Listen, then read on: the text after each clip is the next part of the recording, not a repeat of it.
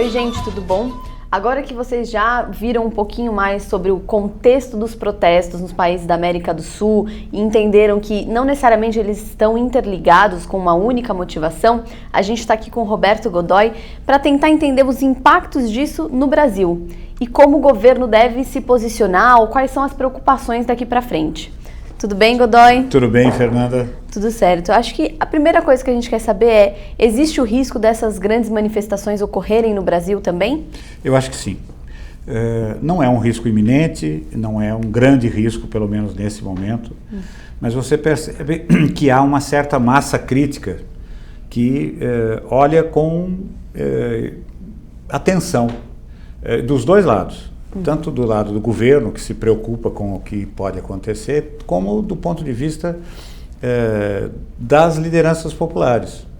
E aí, veja, quando eu digo lideranças populares, não estou me referindo às óbvias, tipo o ex-presidente Luiz Inácio Lula da Silva ou o PT, que perderam muito perderam significativas parcelas, representam muita gente, mas perderam parcelas, principalmente o partido. Eu acho que a liderança individual do Lula continua forte, mas o partido decepcionou muito, o que não significa que você não tenha uma esquerda ativa e preocupada. Como é que ela se manifesta? Por meio de lideranças pontuais, no meio, por exemplo, no meio intelectual, no meio estudantil, sindical, e talvez onde haja uma organização, a organização mais efetiva, no campo. Uhum.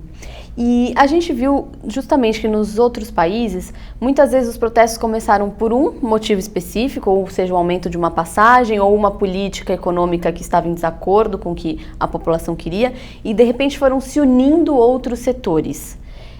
Essa deve ser uma preocupação também da área militar brasileira, de como conter, já que a gente vê em alguns pontos aqui no Brasil descontentamento com algumas políticas sociais. Isso tudo pode se inflamar também e virar uma coisa muito maior do que um único ponto? Geralmente é a síndrome do acidente aéreo, por exemplo. Um acidente aéreo nunca é provocado por um único motivo. Né? Você não tem uma única razão para que o avião sofra um acidente. Né? É sempre uma somatória de coisas. E nem sempre o que inicia é o fator mais importante. Né?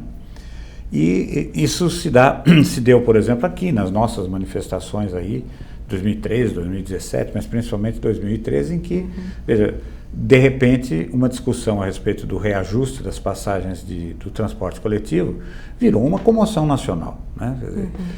Que desagou no processo do impeachment em 2017. Quer dizer, então, a massa começa a se movimentar é preciso ter um motivo. Né? Quer dizer, veja, nesse momento que a gente está discutindo isso, esse começo de dezembro, por exemplo, a gente tem essa situação da segurança pública vista de uma maneira muito ampla. Então você tem a insegurança, a falta de sensação, de percepção de segurança nas grandes cidades brasileiras, e ao mesmo tempo tem episódios dramáticos como esse da chacina aqui na comunidade de Heliópolis, em que morreram 9 pessoas e tem muitos mais... Paraisópolis? Isso, Paraisópolis. E muito mais feridos. Né? Quer dizer, então, Paraisópolis, tem razão. Isso. E muitos mais feridos. Quer dizer, então, eventualmente, uma coisa como essa pode deflagrar. É apenas o deflagrador. Né? Quer dizer, então, isso realmente pode acontecer. E você comentou que um desses pontos poderia ser justamente a questão da organização no campo, a questão ligada à terra ali, que poderia ser esse deflagrador? Veja, e há várias razões para isso. Uma delas é a questão institucional. O campo hoje é o agronegócio. Né? Quer dizer, você não tem... A grande discussão hoje é que é o que está segurando a economia, não é? É o setor que prospera. Né? Então, veja, ele faz alto investimento, claro, capta muito dinheiro do governo, mas faz alto investimento, pesquisa, financia a sua própria pesquisa, é realmente uma coisa muito, muito própria dentro do Brasil. E eu acho que por isso é que dá certo. Né? O êxito está diretamente ligado a essa presença menos intrusiva do governo, né? Por exemplo, qualquer governo. Né? Sim. Acontece que isso você começa a perceber alguma mudança. Então, veja, há pouco tempo, um dos senadores diretamente envolvidos com a discussão da reforma da Previdência, indagado sobre como alguns dos destaques acrescentados ao projeto original pelo parlamento, né, pelos parlamentares, implicariam fontes de receita para custear.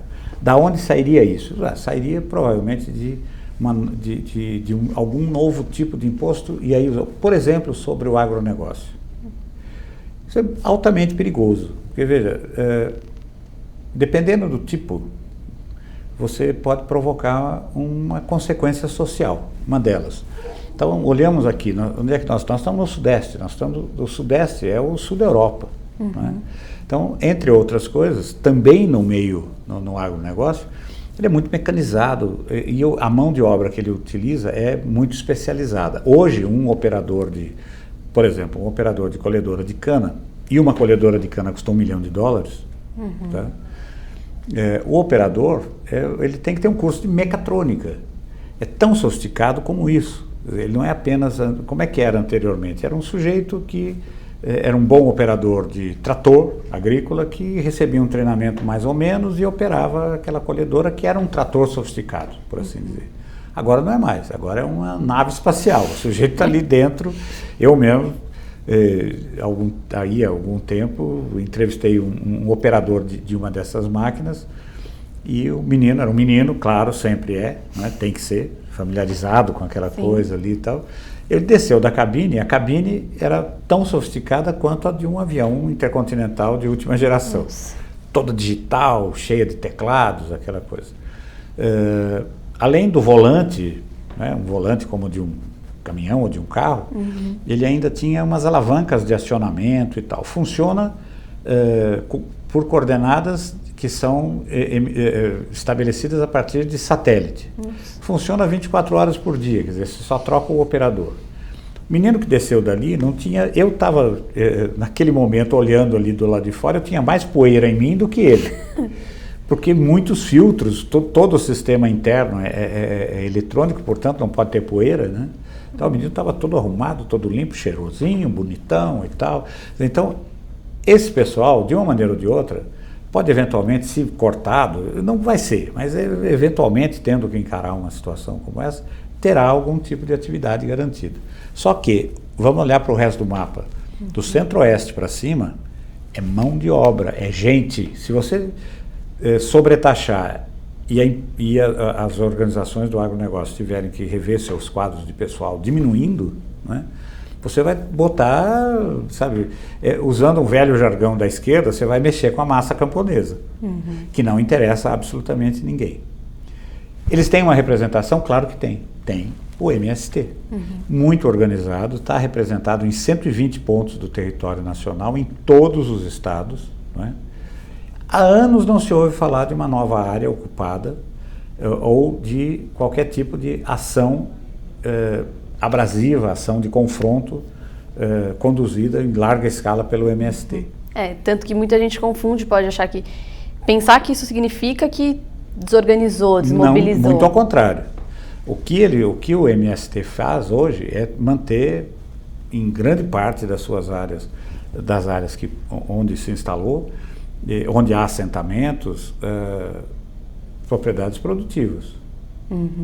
Então, ou seja, vai ficando cada vez pior o confronto, se houver, não é? E não é difícil de haver. Eu acho que, por exemplo, não estou nem me referindo a bravatas do tipo o exército do Stedley é o líder, né? Isso não é por aí, sabe? Mas é uma insatisfação muito grande. Né? Então você pode ter aquela coisa das manifestações, e é completamente diferente de uma ação urbana, uma ação da cidade. A gente não pode esquecer, por exemplo, da revolta dos cortadores de cana. Tudo bem, tem 30 anos, mas a cultura está lá. Como aconteceu aqui na região de Ribeirão Preto naquela época, em que, reprimidos pela polícia, os cortadores de cana foram para cima da polícia, virou uma batalha. Ou seja, eles vivem na brutalidade, vivem na força, é a linguagem que eles entendem também. E aí junta isso com um contexto super polarizado que a gente vive. Fernanda, você tem toda a razão. Veja, o que é que nesse entorno aqui que a gente está... Eu achei muito curioso, um jornal inglês publicou uma reportagem cujo título era o Brasil, e aí tinham os países em volta, né, do entorno, que estão envolvidos, têm problemas e tal, não sei o quê. Dizia o seguinte: sob cerco, era o título. Não é exatamente isso, é um exagero, mas você vê, o que é que há em comum? Todos esses países têm uma classe média desencantada, problemas na previdência. Veja, mesmo o próspero e organizadíssimo Uruguai aqui do lado, que é uma cidade, ele é uma cidade, não é um país, né? Pequenininho, com uma população de 4 milhões de habitantes, essa coisa toda, está se organizando para ser, não um paraíso fiscal, mas uma praça do mercado financeiro de referência, né? Já tem ali, quando você chega em Montevidéu, desce no aeroporto de Carrasco, tem ali um grande distrito financeiro importante ali. Ainda assim, o Lacalle Pou, o novo presidente, vai ter que organizar uma reforma previdenciária até 2022. Então, mesmo os países que estão organizados precisam passar por isso. E veja, aí é uma outra questão sobre a qual a gente tem que se debruçar de fato. Não é uma coisa voluntariosa, ou reorganiza ou não vai ter previdência. Erros anteriores, não importa, o fato é que na prática é isso que significa. O que está acontecendo aqui no Brasil? O pessoal mais jovem está fazendo as contas e está vendo que ou não vai se aposentar ou vai se aposentar no esplendor dos seus 75 anos. Não é? Isso é muito, muito difícil, né? E aí, para a gente encerrar aqui e entender um pouquinho, você tem todos esses elementos, pode ter esse deflagrador.